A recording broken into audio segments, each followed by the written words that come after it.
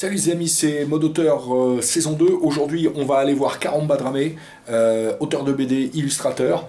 Voilà, c'est parti, par là.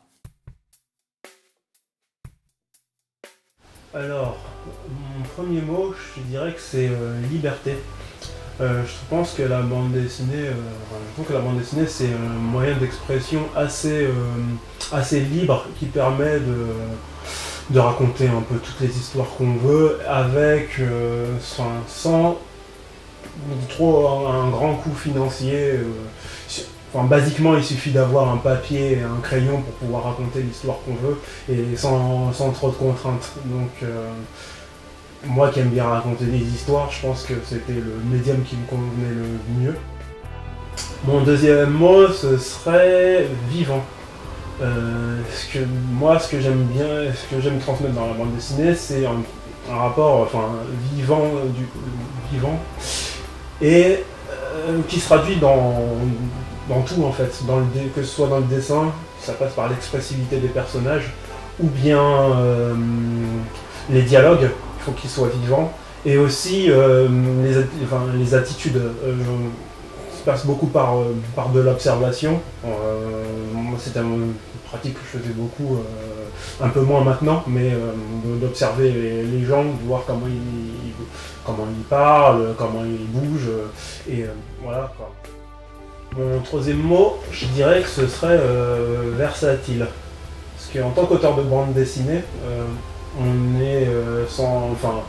on raconte nos histoires, mais aussi potentiellement d'autres histoires scénarisées par d'autres personnes, ou même faire du travail de commande. Donc c'est important de pouvoir passer d'un style à d'un registre à un autre, sans pour autant, je dirais, complètement s'effacer. Donc je dirais que ce serait mon quatrième mot, ce serait la résilience. Quand on a par exemple des projets qui nous tiennent à cœur, qu'on a vraiment envie de présenter et qu'on a vraiment envie qu'ils marchent, et que ça marche pas du coup, il faut pouvoir trouver l'énergie en soi de se relancer et se dire là ça a raté, il faut que très vite que je me remette le pied à l'étrier pour pouvoir me présenter autre chose. Et c'est pas toujours évident. Et selon moi, si un auteur n'a pas cette capacité-là de résilience, il va vite finir par être miné par la réalité du métier. Alors, mon cinquième mot, c'est sérendipité.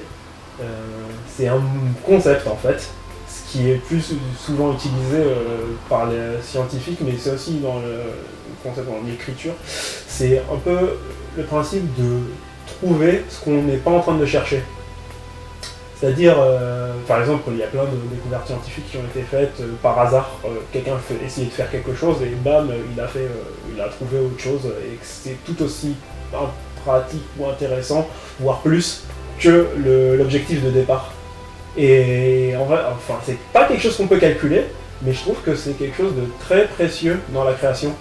Et quand ça arrive, c'est vraiment, vraiment cool, parce que d'une part, ça te sort un peu ça permet de sortir de son idée de départ,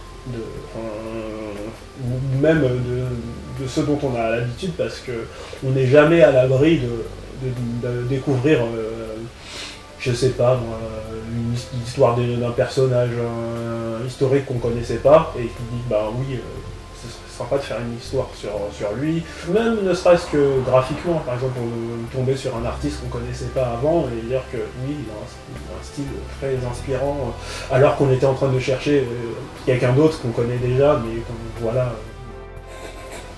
Alors absolument pas. Et après, ça dépend bien évidemment du type de richesse qu'on parle, financièrement vraiment. Et après, d'expérience et disons d'aspiration aussi, je dirais pas encore assez.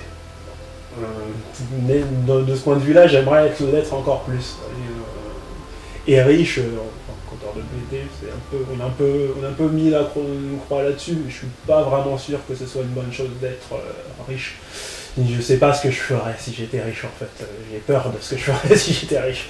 Je préfère pas savoir.